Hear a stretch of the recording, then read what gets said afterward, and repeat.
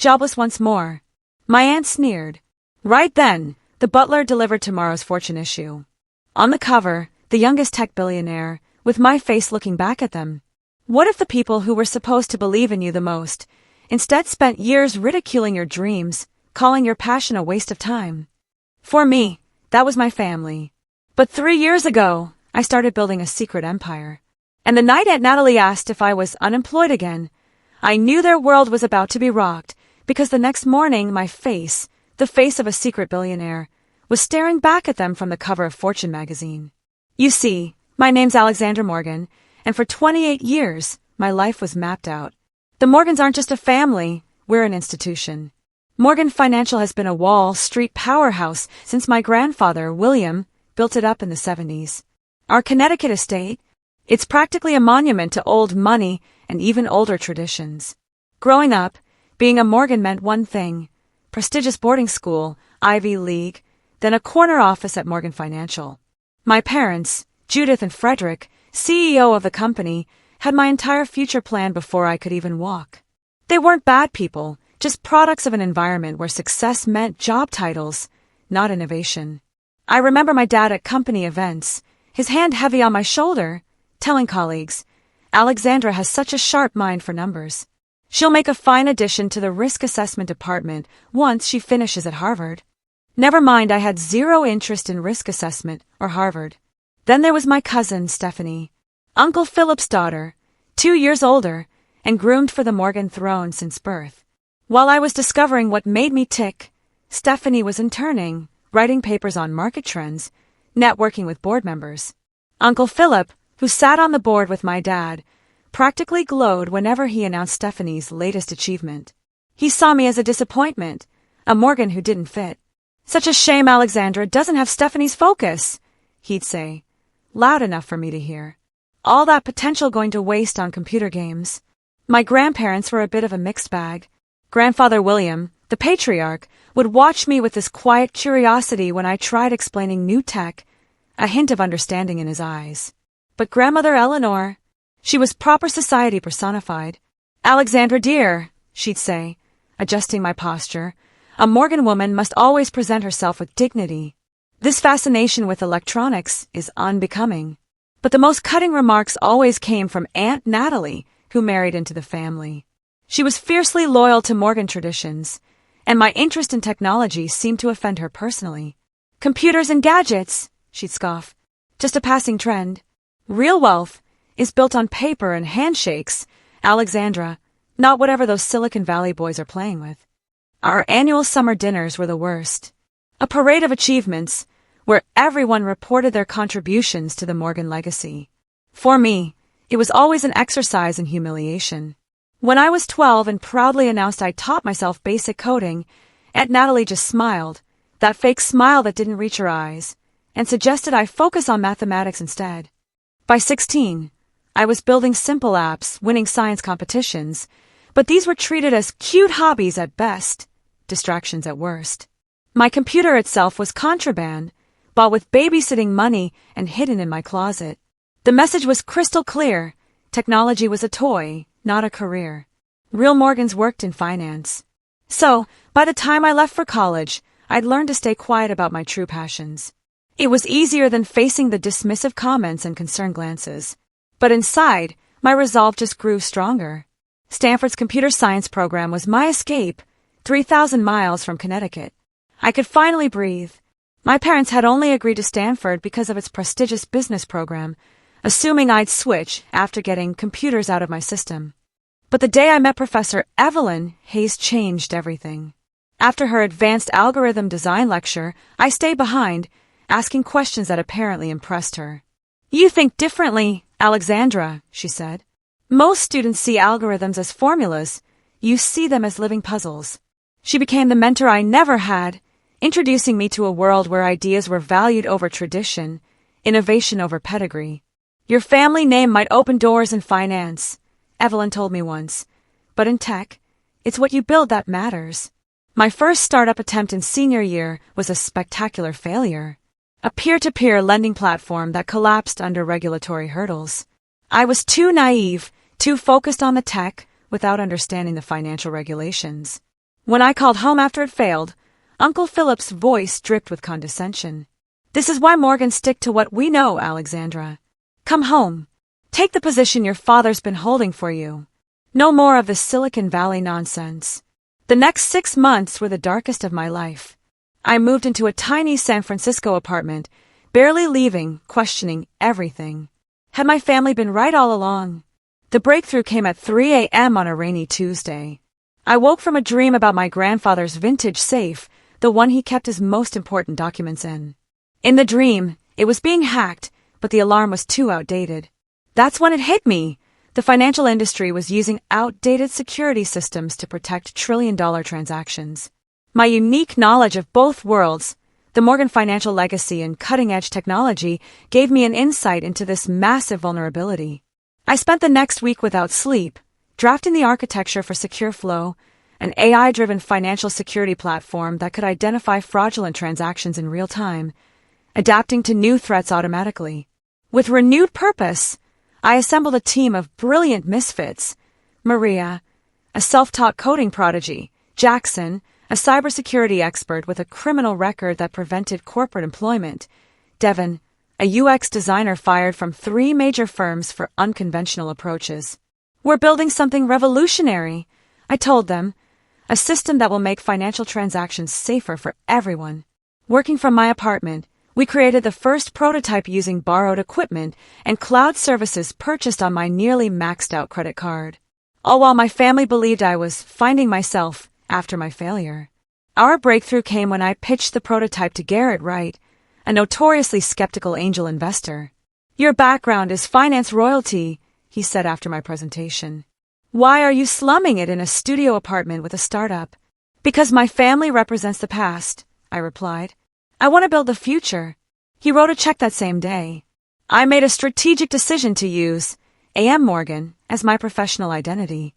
Not to hide completely, but to ensure my work would be judged on its merits, not my family name. It also kept my family from discovering what I was building before I was ready. Our series of funding round closed at $18 million.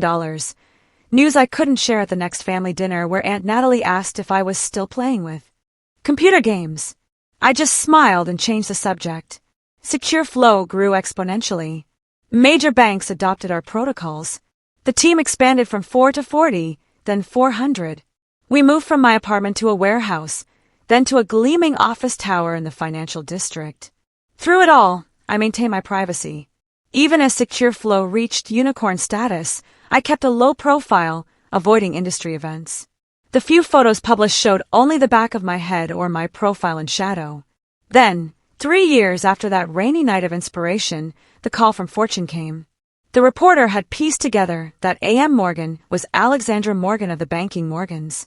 We want to do a cover story, she said. The secret billionaire revolutionizing financial security. After a long pause, I made my decision. I'll do it, I said.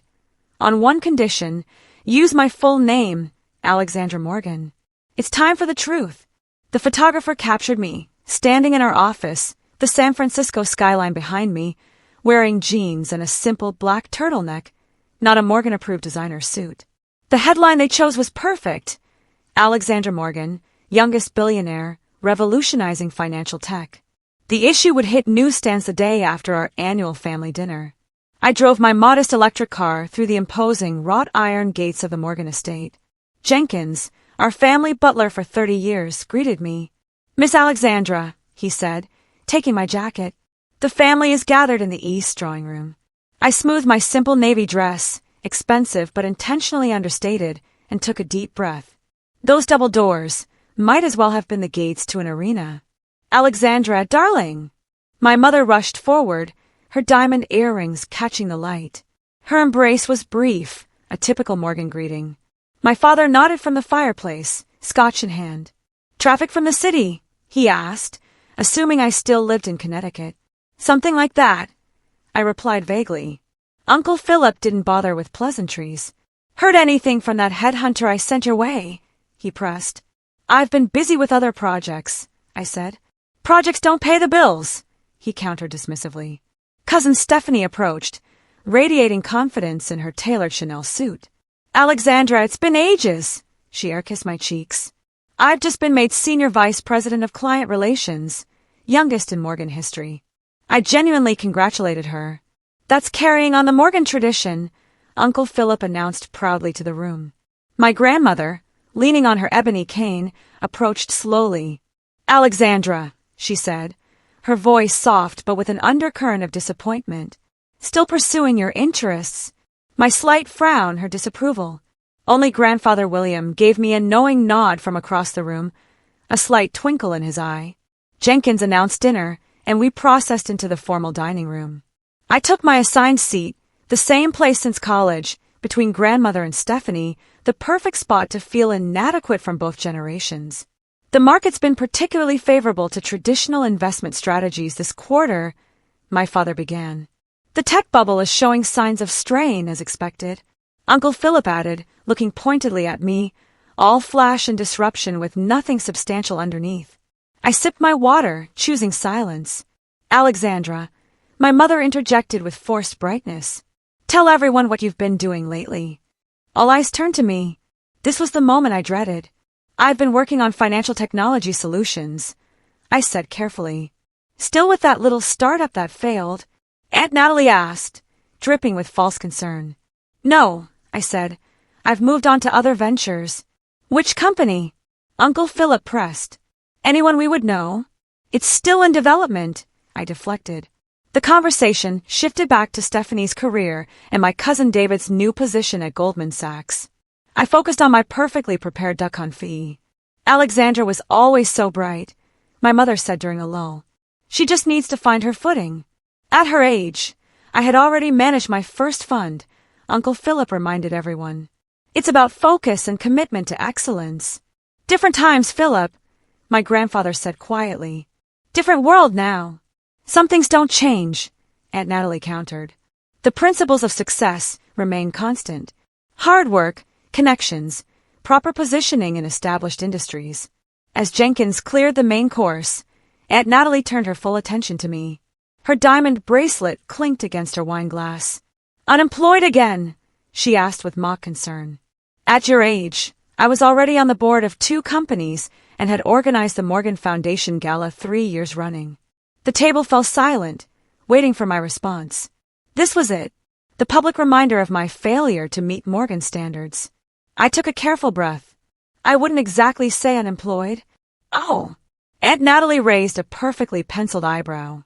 Then what exactly would you call it? Freelancing, consulting, or is it still a computer hobby? Before I could answer, Jenkins entered the dining room, an unusual timing. In his white-gloved hands was a silver mail tray. Pardon the interruption, he said formally, but Mr. Morgan's advanced copy of tomorrow's Fortune magazine has arrived. My heart stopped. 3 years of secrets were about to be exposed. Jenkins approached my father, the glossy cover facing down.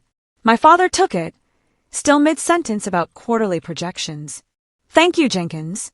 As I was saying, the conservative approach has once again proven. He flipped the magazine over and froze. The words died in his throat as he stared at the cover. The silence extended for 1 second, then 2, until the entire table turned to look at him. Frederick, my mother questioned, is everything all right? My father's face had drained of color. His mouth opened, closed, then opened again, but no words came out. Instead, he slowly turned the magazine around for everyone to see. There I was, standing confidently in front of floor-to-ceiling windows overlooking San Francisco Bay, arms crossed, wearing my signature black turtleneck and a subtle smile. Above my image, the bold headline proclaimed, Alexandra Morgan, youngest billionaire, revolutionizing financial tech. The silence around the table was absolute. My mother's water glass slipped from her fingers, spilling across the white tablecloth, but drawing no reaction. Uncle Philip reached for the magazine with trembling fingers. This must be. He couldn't complete the sentence, his eyes darting between the cover and my face. Cousin Stephanie leaned over his shoulder, her complexion paling.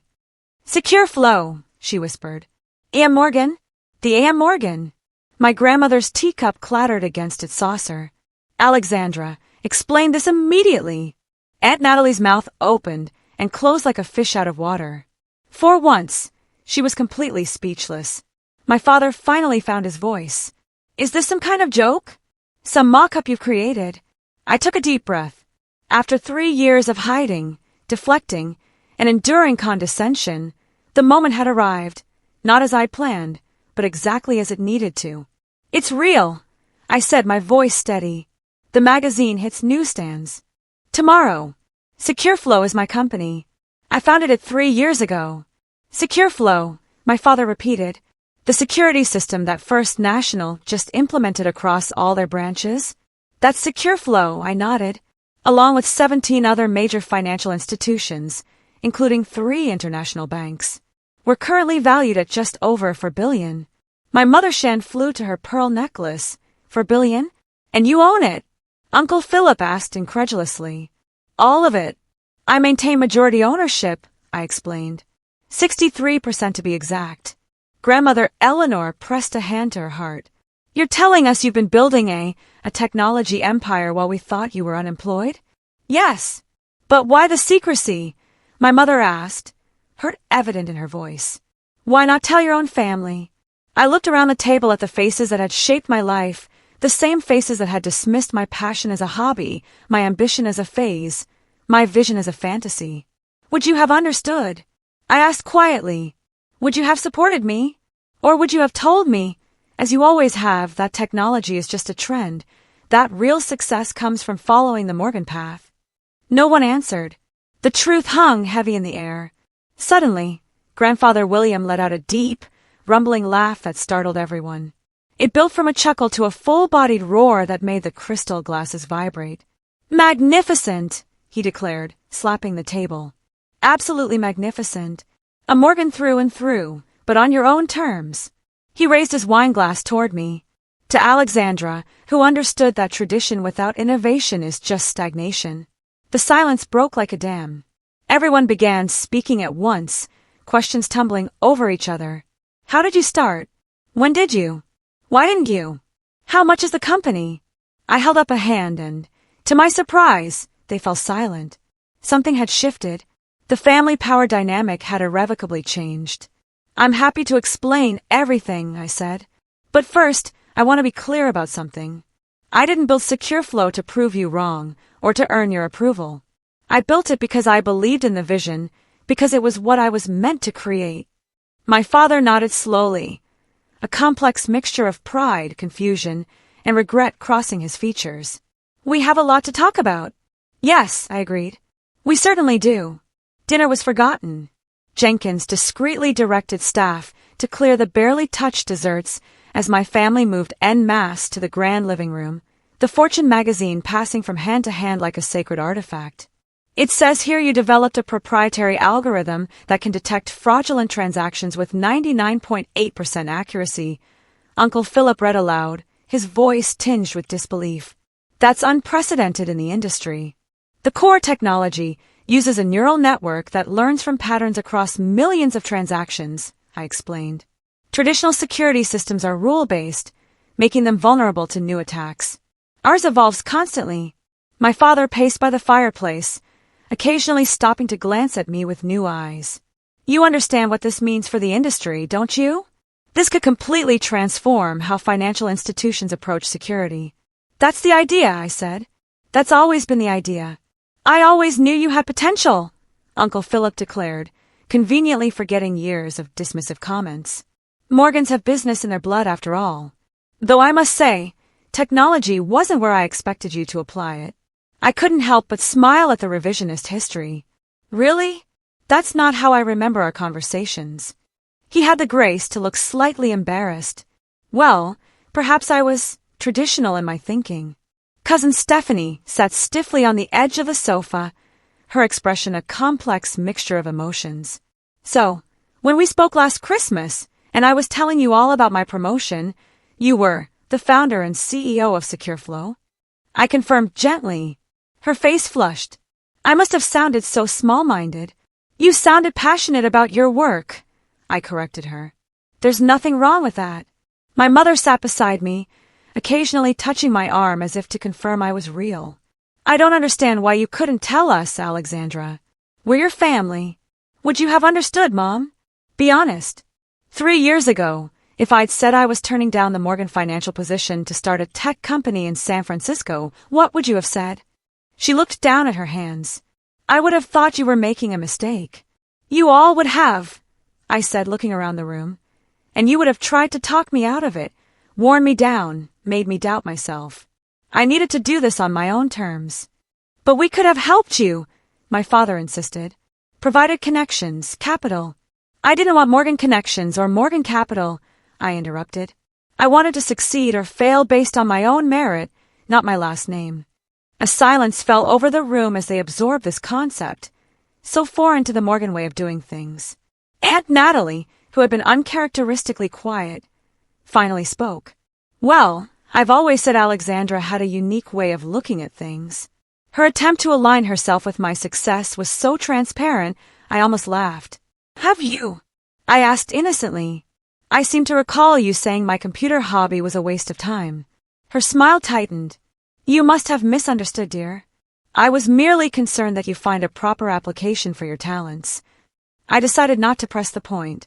Her hasty recalibration of our relationship spoke volumes. My grandmother approached slowly, her eyes examining me as if seeing me for the first time. I would very much like to see this office of yours someday, Alexandra, to understand what you've built. The request surprised me. I'd like that, grandmother. Around me, family members were pulling out their phones, searching for Secure Flow online. Their expressions changed as they discovered articles, valuations, and industry awards I'd never mentioned. You were named Technology Innovator of the Year last fall, my cousin David exclaimed. There was a ceremony and everything. I sent my CTO to accept, I explained. I wasn't ready to go public then. Your company's valuation is? Uncle Philip stared at his phone in disbelief. This can't be accurate. For $0.2 billion. At our last funding round, I confirmed. Though that's likely to increase after tomorrow's article. My father collapsed into his favorite leather chair. My daughter is a billionaire, he said to no one in particular. A billionaire who I've been pestering to take an entry-level position at Morgan Financial. Jenkins, who had entered silently with a tray of brandy, cleared his throat. If I may, Miss Alexandra, I found your company's quarterly reports most impressive. The growth curve is extraordinary, especially in the European markets. All eyes turned to him in shock. You knew? My mother asked. Jenkins straightened primly. I subscribe to several technology newsletters, madam. They've been featuring Secure Flow for some time now. The leadership profile of A.M. Morgan did bear a striking resemblance to Miss Alexandra, though the photos were always quite artfully obscured. I couldn't help but laugh. Thank you for your discretion, Jenkins. He inclined his head slightly. Not my secret to tell, Miss Alexandra. As Jenkins distributed the brandy, the questions became more pointed. Why go public now, my? Father asked. Why reveal yourself at all? It was becoming too difficult to maintain the separation, I explained. And I realized that hiding my identity was starting to hold the company back. We're preparing for an IPO next year, and transparency will be crucial for investor confidence. An IPO? Uncle Philip's eyes gleamed with sudden interest. Well, naturally, Morgan Financial should handle the underwriting. I can put you in touch with our best team immediately. And there it was, the attempt to co-opt my success, to bring it under the Morgan umbrella. I had been waiting for it. Thank you for the offer, Uncle Philip, I said, but we've already engaged Goldman Sachs and J.P. Morgan Chase as our underwriters.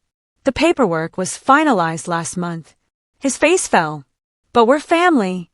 Surely you'd want to keep this within the Morgan Empire. Secure Flow isn't part of the Morgan Empire, I said firmly. It never has been and it never will be. It's its own entity. The room temperature seemed to drop several degrees. Alexandra, my father began carefully. You must understand how this looks. A Morgan building a financial empire outside the family business. I do understand how it looks, I replied. It looks like I followed my own path and succeeded. As the evening wore on, family members gradually dispersed to process the revelation in their own ways. Around midnight, only my father remained in his study, nursing a glass of scotch and staring into the fireplace. I knocked softly. May I come in? He looked up, his expression unreadable. Of course. I settled into the leather chair opposite his. The room smelled of cedar, leather, and tradition, the same scent I remember from childhood when I had been summoned here for various disappointments or expectations. You're angry, I observed. He swirled his scotch. Not angry. Perhaps wounded. 3 years, Alexandra. 3 years of building something extraordinary, and you didn't trust us enough to share it. It wasn't about trust, I said softly. It was about space. I needed room to fail or succeed without the weight of the Morgan expectations. We only wanted what was best for you. You wanted what you thought was best for me, I corrected. There's a difference. He considered this, then nodded slowly. Fair enough, but I still don't understand why technology of all things. The Morgan legacy is in finance. That's just it, Dad. The future of finance is technology. The institutions that don't adapt will become obsolete. I saw that coming years ago, but none of you would listen. He flinched slightly. We've been in business for 4 generations.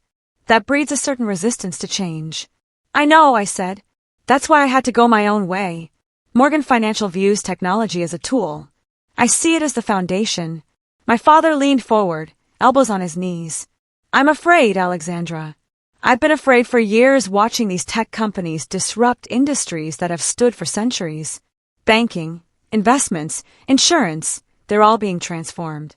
And I've been holding on to the wheel of a ship that might already be sinking. His vulnerability shocked me. It's not sinking, I assured him. It's evolving, and it needs to evolve faster. Secure flow isn't a replacement for traditional financial institutions. It's protection for them. Our technology makes banks more secure, transactions more reliable. So, you're not trying to make Morgan Financial obsolete? He asked with the hint of a smile. I'm trying to make sure it has a future, I replied. The financial world still needs the expertise and relationships that firms like yours provide, but they need to be built on a technological foundation that can withstand modern threats. He nodded thoughtfully. Perhaps it's time I learned more about this foundation. A soft knock interrupted us as my mother appeared in the doorway, her usual perfect composure slightly frayed. May I join you? She asked hesitantly. I nodded, and she sat on the arm of my father's chair. Alexandra, I owe you an apology, she said directly. I should have supported your interests instead of trying to redirect them. I was so focused on what a Morgan life should look like that I missed what you were trying to build. Thank you, Mom, I said, genuinely touched. That means a lot. I'd like to understand your work, she continued. Truly understand it, not just nod and change the subject as I've done for years. Our conversation extended into the early morning hours, my parents asking increasingly thoughtful questions. For the first time, I felt they were seeing me not as a Morgan who had strayed from the path, but as Alexandra who had forged her own. The next day brought a succession of one-on-one conversations. Cousin Stephanie found me on the terrace after breakfast. I've been jealous of you, she admitted. All these years I thought you were drifting while I was achieving. Now I realize you were flying while I was crawling. That's not true, I countered. You've accomplished exactly what you set out to do. You're brilliant at what you do, Stephanie. The fact that I chose a different path doesn't diminish your success. She smiled sadly. But my path was pre-drawn. Yours was courage. Pure courage. It was also terrifying and lonely, I admitted. There were so many times I wanted to call you to ask for advice or just vent, but I couldn't. You can call me now, she said, meeting my eyes. Anytime. No competition, no judgment, just cousins. Uncle Philip's approach was predictably transactional. He cornered me in the library with a proposal for a strategic partnership, complete with detailed projections. We could create a specialized security division under the Morgan umbrella, he explained eagerly. Your technology, our client base, it's the perfect synergy. I closed the folder. I appreciate the offer, Uncle Philip, but Secure Flow remains independent.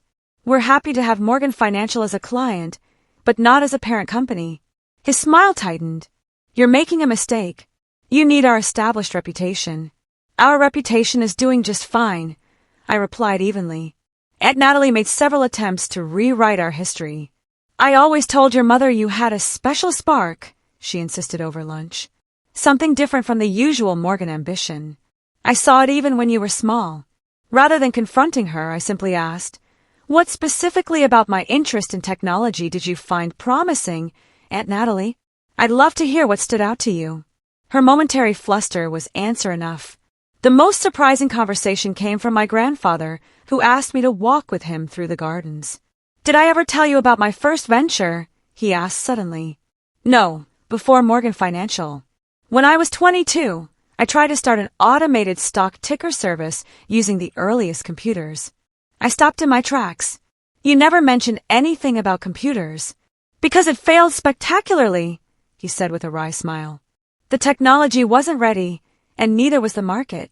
My father called it a foolish distraction and brought me into the family business. Eventually, I built Morgan Financial into what it is today. Do you regret giving up on your original idea? I asked. I regret not trusting my instincts about where the future was headed. The concept was sound, just premature. He turned to me, his gaze sharp. I've been following your progress. You know. How? I may be old, Alexandra, but I'm not ignorant. I've had my assistant print out articles about Secure Flow since your first funding round. Your pseudonym wasn't particularly cryptic to someone who's known you since birth. I was stunned. You knew all this time? Why didn't you say anything? Because you needed to do it yourself, he said simply.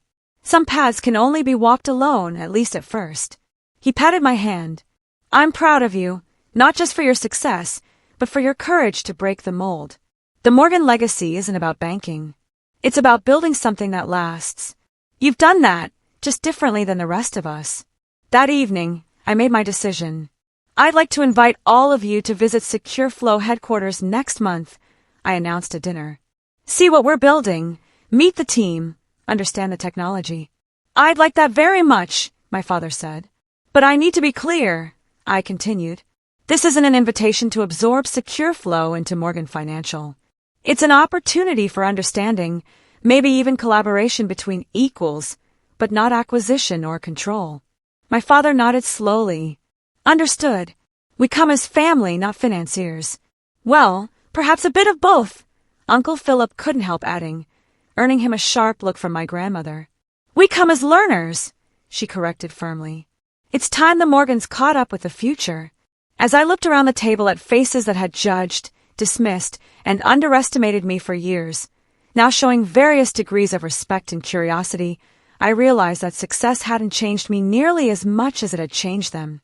Their perception had transformed, while my essence had remained consistent all along.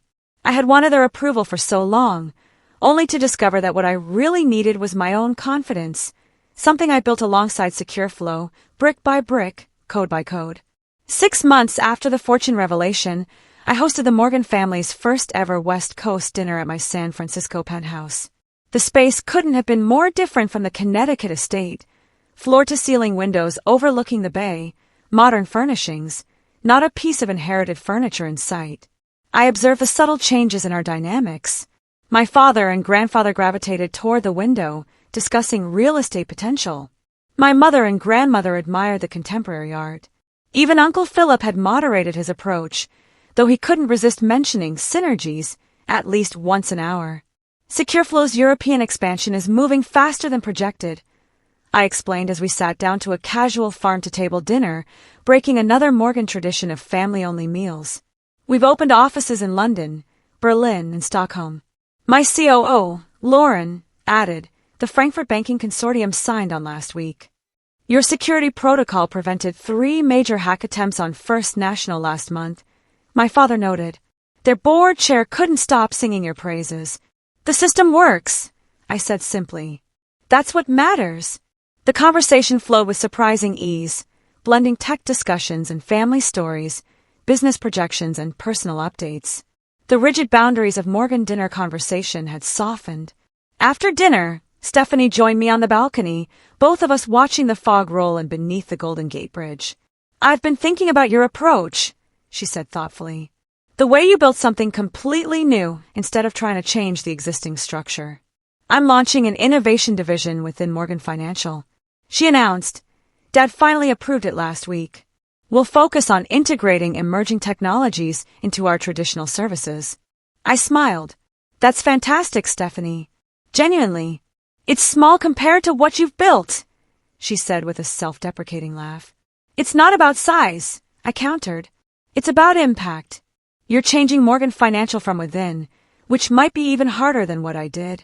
Inside, I found my parents and grandparents examining the digital wall, displaying secure flows, global security monitoring, a real-time visualization of our system protecting financial transactions worldwide. It's beautiful, my mother said softly. Like a constellation of safety. That's exactly how I see it, I replied, surprised by her perception. My grandmother took my hand. I was wrong, Alexandra.